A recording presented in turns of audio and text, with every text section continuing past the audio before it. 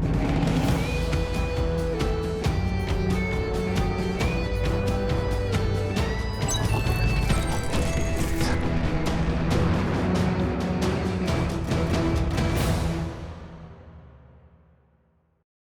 Wargamers, welcome back to the channel, Death from Above Wargaming. I'm Aaron, coming back at you tonight with another Battlytics mech review, the OmniMech Shootout. So, a couple of you guys asked for more clan mechs. You ask and you receive. Here it is. So I was paging through Technical Readout 3050 and the new Technical Readout Clan Invasion, and I just kept coming back to the Summoner. It's such a great mech, very iconic, just like the Timberwolf, which we recently did. And so I figured, you know, it's coming out in the Kickstarter, why not? We'll take a look at it. 70-ton chassis, it's got, you know, ERPPC, LRM-15, it's got an LBX-10, just, you know, some nastiness packed in there, but almost 2,300 battle value. I mean, this thing is not cheap. So it occurred to me, right, because we just did the Timberwolf. I was thinking, like, these clan mechs are really expensive. We just did a whole bunch of them on the Battlytics.com website. They're all astronomically expensive. Even your like 35 tonners cost a fortune. And it just occurred to me, like, is it really worth it? Like, why are these mechs so expensive? Because when you look at the stats, I mean, yeah, you know, they got a little bit more armor, they're a little faster, their XL engines don't take up as many criticals, their heat sinks are more efficient, right? Less criticals there too. But it's just such a huge jump in battle value. Do you really get that return on investment in the game? And I wanted to run it through the Battlytics simulator against a worthy opponent. So I was dusting off, you know, some old record sheets, going through a lot of the upgraded, you know, 3025 when they get upgraded into the 3050 era, and nothing really jumped out at me as like a real good comparison. And then it dawned on me to take a look at the Avatar. Yes, it's a 3056 mech. It comes out right on the heels of the clan invasion. House Kurita captures a vulture. They disassemble it, they reassemble it, they build their own mech. They call it the Avatar. It's a great chassis. In fact, I have the old 3058 technical readout. It's got those sweet computer-generated images of these mechs. And like when I was a kid, I just like fell in love with these, right? So it's one of my favorites, and just recently bought the miniature from Ares Games and Minis. If you haven't bought anything from Derek over there, check him out. Awesome stuff, great prices. So anyway, I digress. The Avatar. It is dirt cheap compared to the Summoner. It's only, I think, $13.95 battle value, again, compared to that $22.98. But it's packed with weapons. It's got an LBX-10. 2 LRM-10s with Artemis hooked up to it. It's got case, it's got medium lasers, medium pulse lasers, machine guns. It's loaded to the gills. It's got a pretty much comparable armor. So I thought this was perfect. Let's run these things through and see which one comes out on top. So guys, what do you think? What do you think is going to happen? Do you think that the Thor is going to substantiate a 1,000 BV hike? I don't know. Let's dive in and find out. Stay tuned. It's coming right up.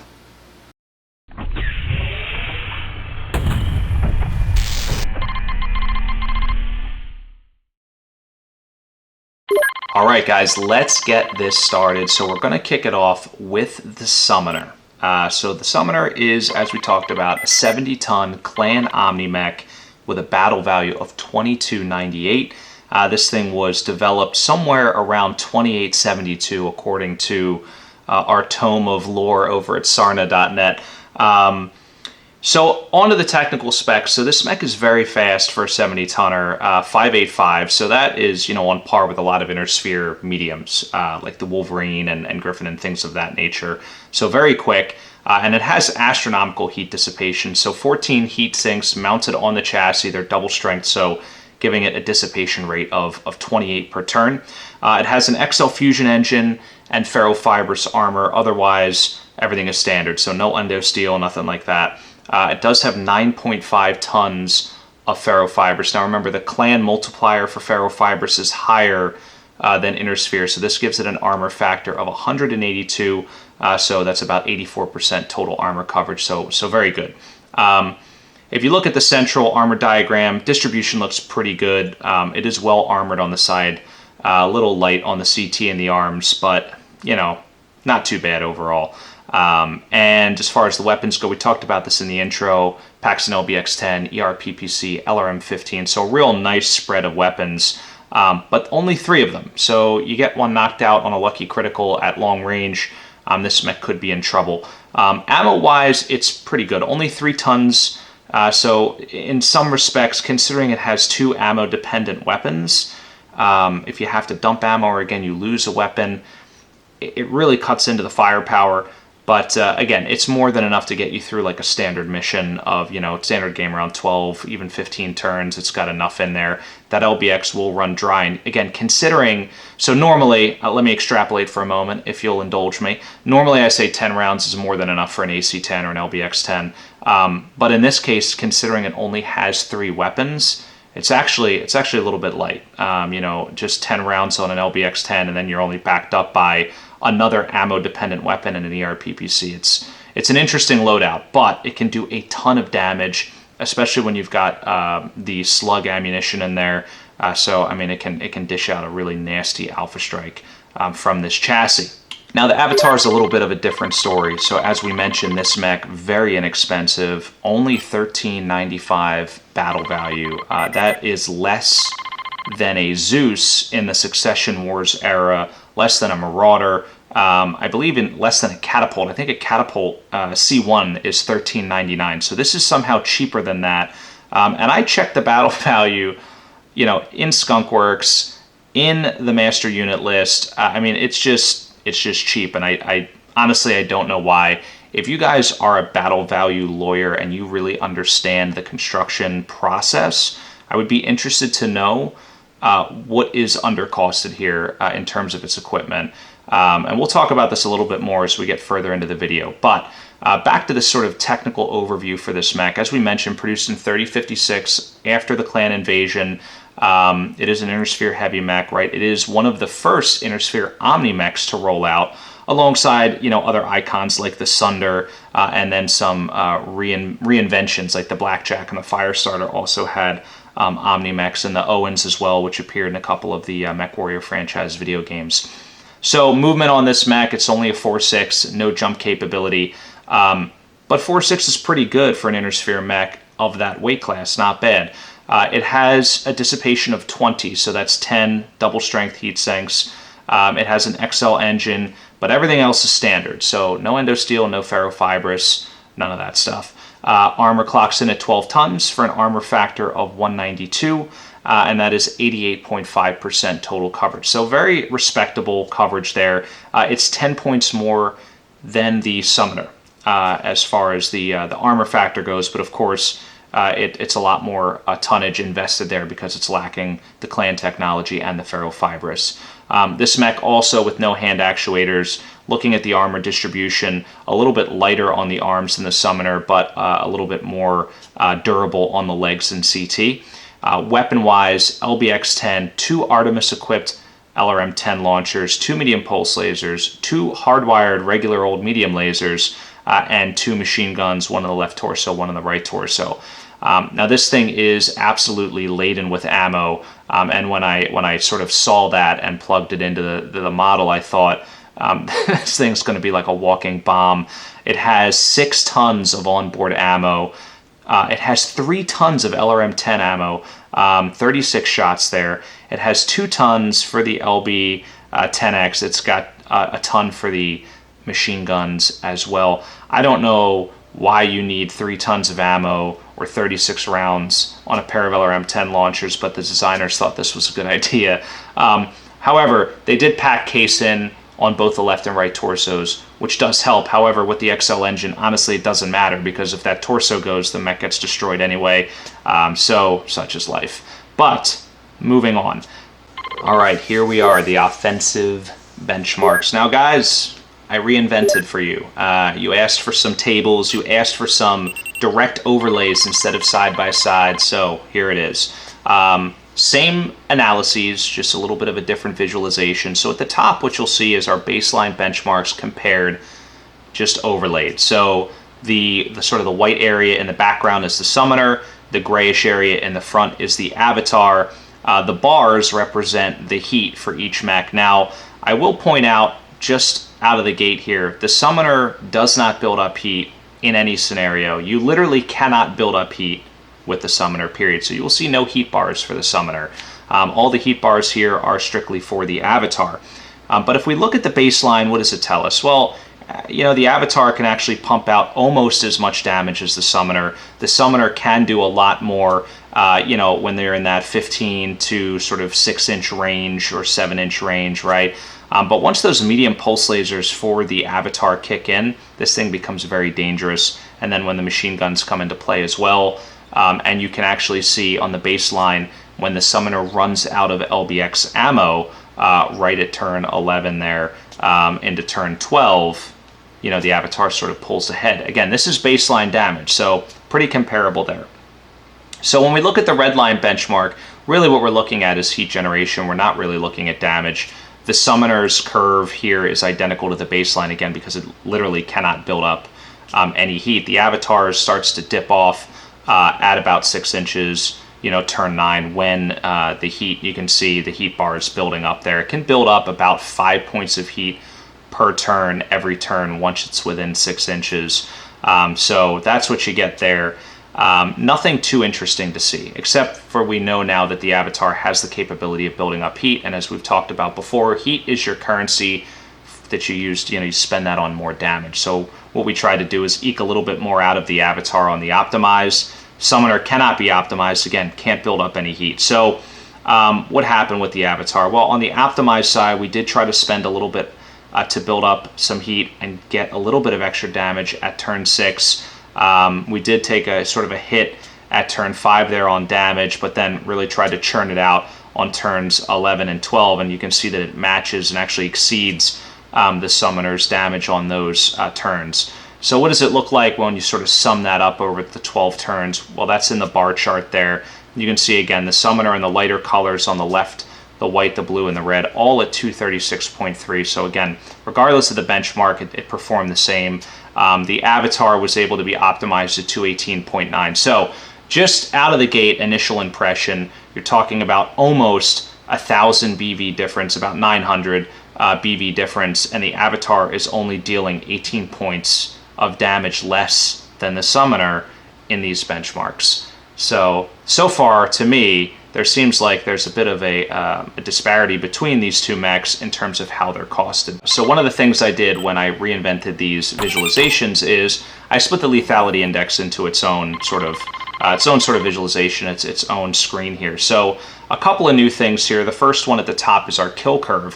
What I wanted to show you was not just the percentage, how it killed, where it killed, how often it killed, but just basically the curve showing you at what point it got those kills. So the y-axis here represents the 10,000 simulations that are run where this mech, either the summoner or the avatar, is pitted against the javelin, and you can kind of see how the kill curve rises. So the summoner, much more lethal, much sooner, but at the end of the day, once you get out to turn 12, that avatar actually catches up and almost meets within 0.1% the number of kills. So the avatar much more lethal, so you can see the slope of the avatar's kill curve really starts to rapidly increase at 6 inches at turn 9. Again, when those pulse lasers come into play, that's where this mech really turns on the damage, and then again it gets those machine guns into play. So how did it break down? Well, the damage per hit on the summoner, let's look at the bottom left here, the summoner kill analysis. The damage per hit on the summoner, much higher. That's because it's got, again, that ERPPC, which is just a monstrous weapon, 15 points of damage. It's got less critical hits because it's got less weapons in play, and the time to kill pretty respectable. So this is the average time to kill. It looks at the kill curve, basically blends it all out. So it's at 7.2. So on average, by turn 7.2, that javelin is dead. The majority of kills here are just basically CT kills. It's just destroying the thing, ripping the thing apart. It does have, 13.4% head kills. Again, it's going to take off the head with either the LBX or the ERPPC. So there's two big guns there to get the job done. On the right side, the avatar kill analysis. So damage per hit a little bit less, crits a little bit higher, time to kill about a turn and a half later, so 8.8. Still very good overall, but not as good as the summoner. The summoner can just kill things quicker than the avatar, in this analysis. So at the end of the day, very similar in terms of how the pie charts broke down. You can see that there were more engine kills coming out of the Avatar. Again, this is just your ability to generate more crits, right? You've got more small weapons, machine guns, this, that. You're going to, again, generate more crits mathematically. You got a better chance of blowing the thing's engine out. But the total percent kills, 99.8 for the Summoner, 99.7 for the Avatar. Again, within a tenth of a percent. So very, very close. As far as lethality goes, I think the upper hand goes to the Summoner, but the Avatar is still a killing machine to be reckoned with. Okay, so now on to the defense. So the first thing we're doing is looking at the survivability curve that's in the top left hand of your screen. So what do we see here? Well, what we see is that the Summoner, which is the solid line, is way tougher than the Avatar, and we sort of predicted this when we talked about how much ammo was on board. And just also, when you talk about XL engines on an inner sphere mech, you take out the side torso, you kill the mech. On a clan mech, you take out the side torso, that thing can still walk around until you get another engine hit somewhere. So that's a huge advantage, and it's reflected here in this kill curve. So at the end of the day, the Summoner was at a 91.5% survivability rate, where the Avatar was at a 61.8, which is really like on par with like an inner sphere medium, like a crab or something like that. It's really not phenomenal. I do think that you could optimize that, even if you just go into the game and dump a ton of the LRM ammo and your machine gun ammo. I mean, you could probably come out with much higher numbers here. But let's look at the death analysis. That's the second chart down. It's just sort of a spider web of lines here. But here's how it works out. So the dotted lines, again, being the Avatar, the solid lines being the Summoner, the pink is engine kills, the purple is ammo kills, the red is CT kills. So what jumps out at me here? Well, what jumps out at me is the Summoner has a really nice distribution. So, the CT head is killed, that's where you're seeing most of the kills, followed by engine kills, then ammo kills almost non-existent. It's got some of the ammo mounted in the arm to begin with, so, and that's cased, right? Every clan mech has case everywhere. So lucky. The Avatar, on the other hand, not quite the case. The majority of the kills came from engine kills, and the way this simulator tracks it is that ammo kills that destroy the side torso, even if it's cased, is going to count as an engine kill, because the ammo didn't technically kill the mech because it was cased, but the engine did. So a lot of those engine kills, the reason that is so high is because of the fact that it has all the ammo in those side torsos and it's cased. So that's kind of how that shakes out. Now, when we look at the total percents, right? The total death percent, right? 8.5 on the Summoner, 38.2 on the Avatar. I mean, that's not insignificant. That's a big hit on the Avatar, and maybe that's why the Summoner is so expensive. Other things that factor into this analysis, this defensive simulator, is your speed, your jump jets, all of these things. And we know that the Summoner has much higher mobility than that Avatar. So speaking of mobility, let's take a look at those numbers. Mobility broken out into its own screen. Not a ton going on here, but I did want to give a little bit more insight into what was going on here. So the first one is just to look at the susceptibility to motive hits over time.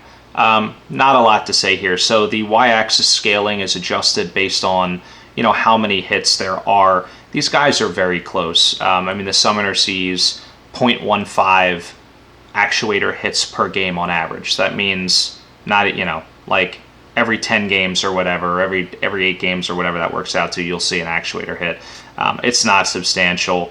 The Avatar is about 1 in 4 games you'll see an actuator hit. It's, the legs are well armored. These things move pretty good. And so the other thing you can see here is the average target modifier degradation. So as the simulator is being run, this is the defensive simulator, it's basically tracking what's your target mod every turn, and then it averages them over the 10,000 games and gives you a readout turn over turn. So you can see the Summoner has almost no degradation in target mod. The best it can get is a 3, right? That's what you can get from running with an 8, right? 8 hexes, 8 inches, whatever.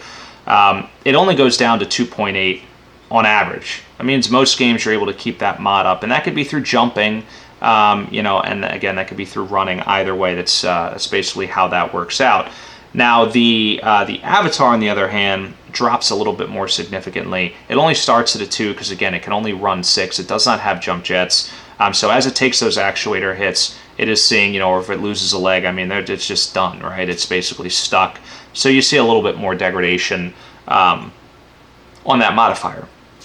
The other interesting thing here, so if you look at our key metrics, our data table on the right, a couple other things that jumped out were the left leg and right leg critical slots. So the Summoner totally packed out there, 6 of 6 in the legs, whereas the Avatar has 2 open roll again slots. That means any internal hit that is confirmed as a critical or a floating critical for that matter is basically automatically hitting an actuator. So that plays into it, whereas the Summoner, you might hit a jump jet or something along those lines. So that's interesting. So as far as mobility goes, again, giving the upper hand to the Summoner, that is reflected in the defensive analysis we just looked at. And so that probably plays into the survivability a little bit as well. But overall, you know, on the defensive side, I think the Summoner is taking the cake. But let's take a look at the efficiency and put it all together and see what happens. So some interesting stuff here. A little revisualization again of some things. I'm pretty excited about this slide, and I'll tell you why in just a minute. But first, let's look at the effective benchmark. So again, your effective damage basically looks at what's your optimized damage at each turn, and then you multiply that by the survivability, right? So we've got the survivability curves overlaid in white at the top, the dotted line again being the Avatar, the solid being the Summoner. And what you can see here is the sort of the 2 purple graphs. So the darker one in the background belonging to the Summoner, the lighter one in the front belonging to the Avatar. And you can see, you know, in that closer range, at that 6-inch range and beyond, where that Avatar really was starting to outperform the Summoner. Well, now it's not really outperforming as much because the survivability takes away from that damage, right? The likelihood that you're able to get in there and deliver that damage all the time at that range is diminished. So that's sort of how we factor all that stuff in. So again, you know, what we're looking at is we're looking at a damage loss, and we started to track that in its own statistic. That's in that donut chart right to the right of the area chart there. And so the Avatar sees a 15.7% loss in damage, again, from the optimized to the effective. The Summoner only sees a 2.9%. That's really good. Most mechs see about, yeah, I mean, it depends on the survivability. I'd say most mechs are around a 10% there, you know, on the damage loss. But again, it really depends on the survivability. But the Summoner 2.9 is like really good. That's almost no loss at all, again, and that's because it's got that really high survivability rate as well. So let's jump down to the next block. That's efficiency rating. So that gray line is our bell curve. So what I did was I went on Battlytics, I went to the database, I pulled every mech we have rated to date out of that engine, out of that database basically, that we've run through our engine. And I built just a bell curve, right? And so that's what you see. All right, so where do these guys rank up? So the Summoner ranked in at a 7.13, which is very respectable. It's a mech I would take in my force. I think that's reliable. But the Avatar, holy crap. This one knocking the socks off the Summoner at a 9.45. That's astronomically high. Which, I mean, if you look at the battle value, again, we were talking about this at the beginning, like, what the heck? Why is it only $13.95 when you get all of these guns, you get all this damage, you have decent mobility, you got 12 tons of armor? I don't understand it, but this mech basically costs nothing. The other thing that blew my mind was if you look at the gunnery sensitivity.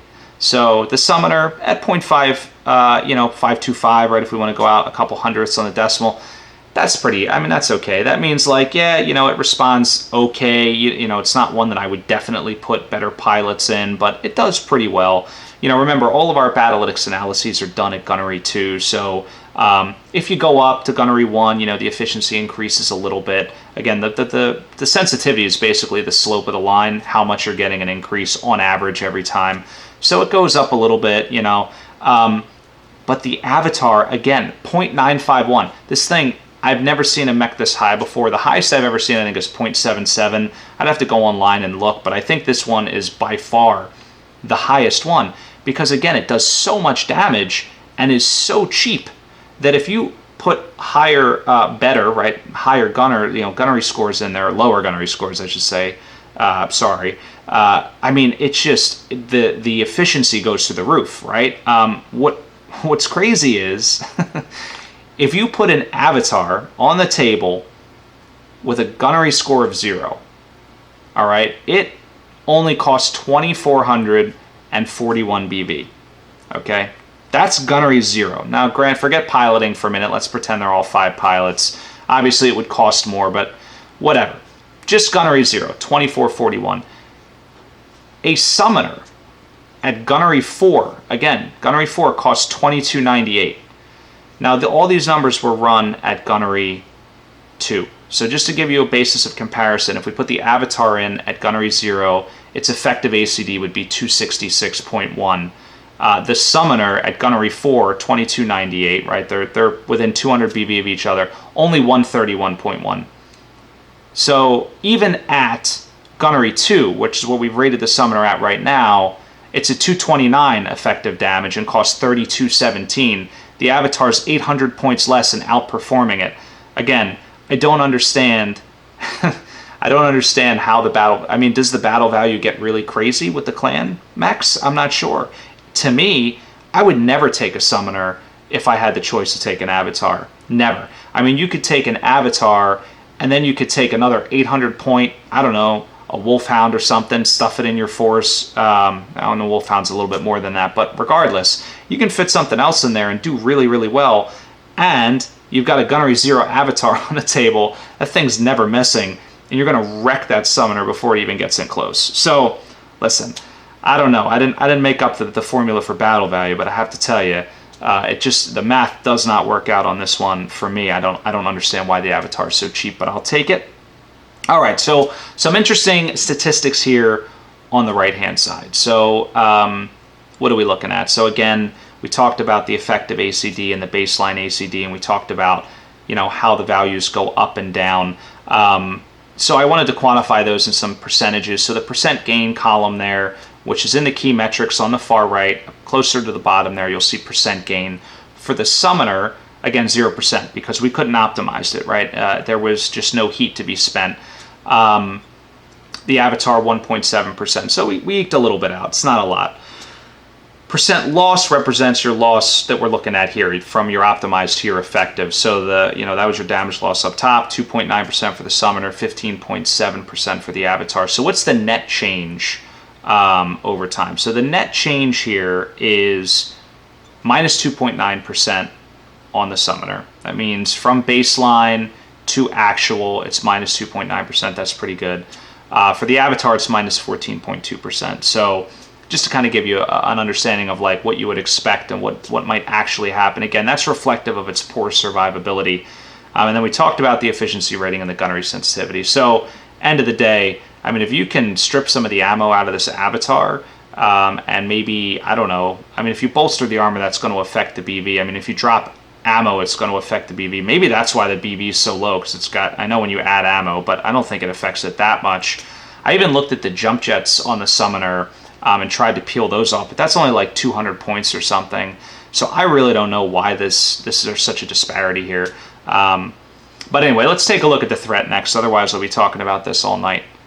Okay, so first, we're going to look at the summoner. So this top chart is our threat by range. This is discrete. This is not a continuous benchmark. This just looks at, here's the range, what damage can I do, what if I alpha strike, what if I try not to build up any heat, so on and so forth. So the 0 heat ACD is your average calculated damage if you build up 0 heat, right? What's basically the minimum average I can do if I don't want to build up any heat.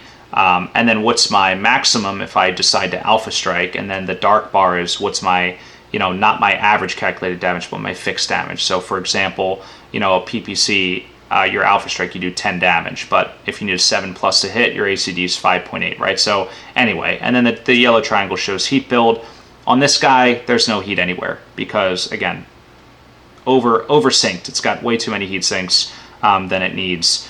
The maximum ACD is actually identical to the 0 heat ACD for this same reason.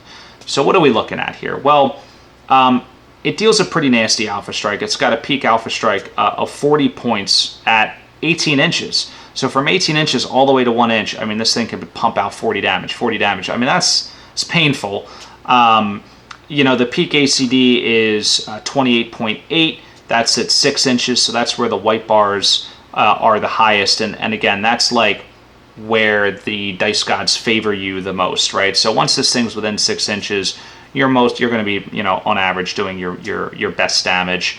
And so, you know, when we look at the threat envelope of this mech, right, which is in the bottom right there, this shows us where this mech can kind of reach out and touch enemies based on where its weapons are mounted.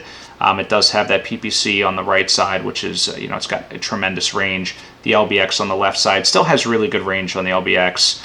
And then obviously the forward face in there, it can bring that LRM to bear as well. So very good in terms of range, again, with a peak alpha strike of 40 all the way at 18 inches. That's pretty good. So as far as the role evaluation goes, we look at, you know, all these different roles. I thought about it. You know, cavalry is a role. I think this suits this mech very well. It can play all the way from 18 inches to point blank. It's got survivability out the wazoo. It's fast. It's a 5.8 with jump jets. It can get across the field really quick. I mean, I think this is like the #1 role for this mech. You know, alongside something like a Timberwolf, right, which is also, I believe, a 5.8 mech, and it's got great firepower, so this mech can really get across the field easily. This mech operates as a frontline mech as well. Stick it out front, who cares? It's got 91% survivability, tons of armor, case everywhere.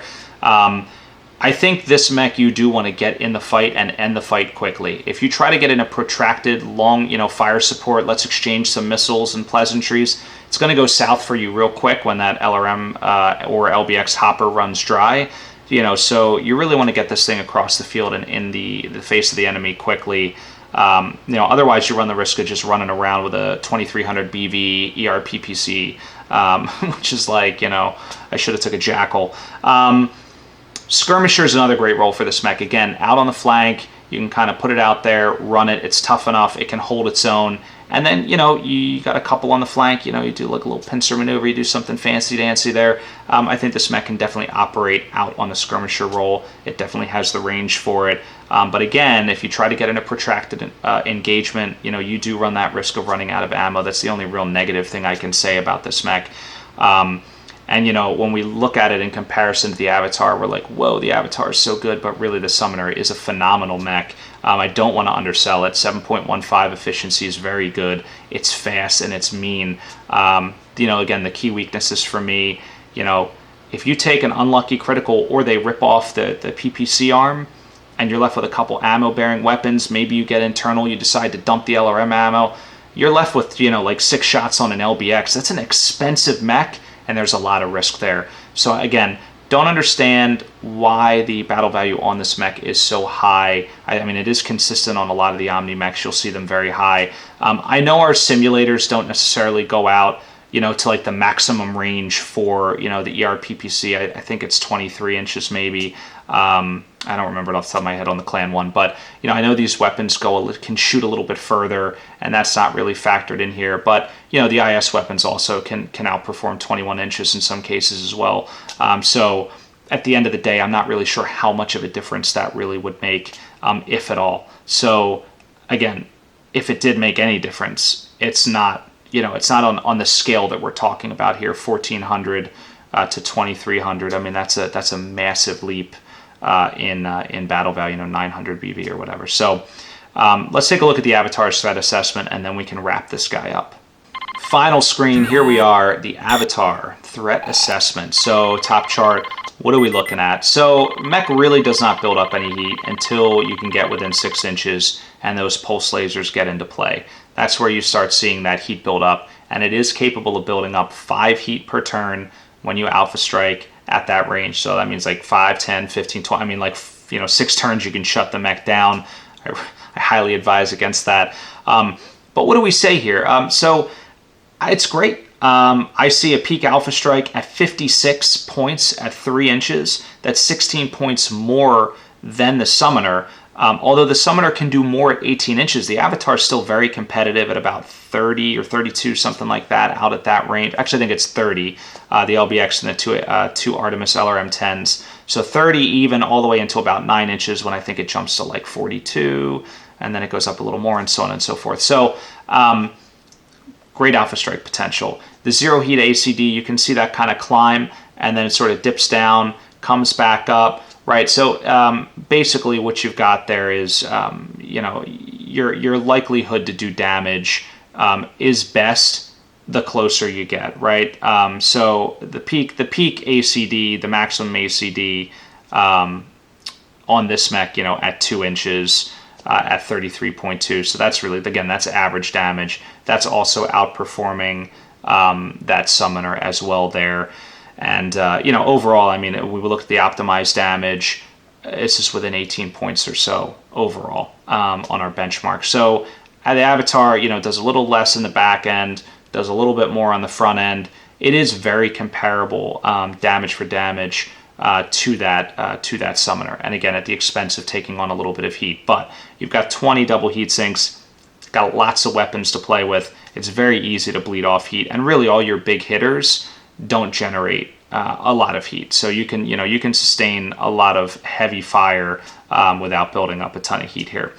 So on the threat envelope side, Avatar a little bit different than the Summoner. We saw the Summoner had much better arc of fire because it had those two big cannons mounted on the arms. The Avatar only has the LBX-10 on an arm. The other arm is packing 2 medium pulse lasers, which are very short range, 6 inches. So you can see that left side there lacking a little bit. But at the end of the day, it's a small price to pay, again, for 900, almost 900 battle, actually a little more than 900 battle value in terms of what these two mechs are, even just at their base cost. So when I think about roles, so I struggled with this for a while because typically I like to pick a couple of roles for a mech. This one, I mean, I think the only way I would play this mech is in a second line role. I'll go through my thought pattern. Thought about Brawler, right? So the threat by range analysis shows us this mech really can kick some butt when it gets in close. But again, 61% survivability, you get a through armor critical, or you get surrounded, or somebody gets a back armor shot. That's it. Game's over for this mech. It's not fast enough to be a cavalry mech. It's not tough enough to be a defender. It doesn't have enough oomph to be a fire support mech. I mean, a couple of LRMs and an LBX, yeah, I mean, you could play that role, but, a Whitworth has 2 LRM-10s also, and it's, 30 tons less. It's not tough enough to be a frontline mech. I don't really want this mech out in the front, even against a bunch of mediums. Like, I would be afraid that this thing would take an unlucky shot because it has so much firepower to bring to bear. I pick second line because this is a great mech to just keep in the backfield on the first couple turns. Let something else go in, like a Wolverine. I keep saying Wolverine, but it's just such a great mech. Let that go in and eat some fire, right? Something big and meaty, or a Zeus or something like that, right? Let it eat some fire and then follow up with this thing. Then you get this thing in 6 inches and it can really lay in hurt, right? 56-point alpha strike. It's just nasty. And then, again, at 3 inches when you get those machine guns into play, or 3 hexes. It's pretty rough. And if you are playing the, I've mentioned this before, the rapid fire rules with machine guns, which are, I mean, you can get some really broken rolls with that thing. You roll double 6s on the machine guns, and you get a bunch of Gatling rounds coming out of this thing. You can tear somebody open pretty quickly with this mech at close range. So second line definitely is my first choice here. Skirmisher, it didn't feel fast enough to me. And I really don't want it to get caught out alone on a flank. If it gets in a 2-on-1 again, we saw that low survivability. So the key to this mech, in my opinion, is keep it alive, be patient with it, use those Artemis LRMs to devastating effect, that LBX, the solid shot, use it to devastating effect. And then when the enemy's weakened, then close, right? I think that in a 1-on-1 against a Summoner, again, we're talking 1-on-1, which means I can move my battle value up. I can move my gunnery score down on the Avatar to kind of keep them equal. So if we think about it in that context, I would put my money on the Avatar just about every day of the week.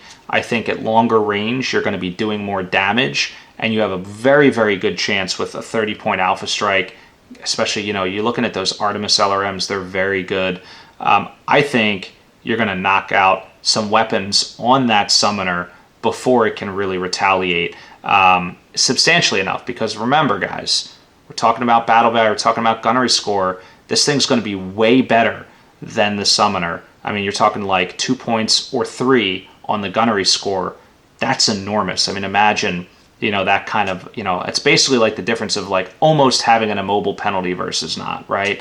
So this Avatar really can chew up, you know, some damage on the board because, again, it is so cheap. So put a good pilot in it, you know, play it conservatively, play it smart, be patient with it, and then just go in and clean up the trash. I mean, I think this is the secret sauce here for the Avatar. So that's all I've got. Conclusions, I like the summoner, love the Avatar. I feel like the summoner is way too expensive.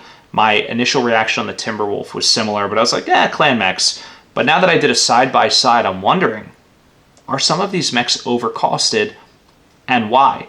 So I'm interested for you guys that are battle value experts. Tell me why the summoner is so darn expensive. I would be interested to hear. But guys, that's all I've got. So thank you so much for watching. Hope you enjoyed this mech review. I was really surprised, really enjoyed doing this one. Hope you like the new layouts too. A couple of things I would ask. Number one, don't forget to subscribe. Really helps the channel out a ton, more than you know. You know, this stuff doesn't happen for free. It takes our time, takes our money. So, you know, anytime you guys click that subscribe button or click the bell, you know, it helps us try to recoup just a little bit of that so we can keep bringing you excellent content. Also, check out Battlytics.com. We have all of the Wave 1 Kickstarter mechs up there. We have a lot of the mechs from our campaigns, all of the mechs from our most recent campaign, the Jopa incident. And check us out on Instagram at DFA Wargaming. So other than that, guys, hope you again enjoyed this Battlytics mech review, the OmniMech Shootout. And that's all I got. So have a good night, and we will see you soon. Always more great content coming from Death from Above Wargaming.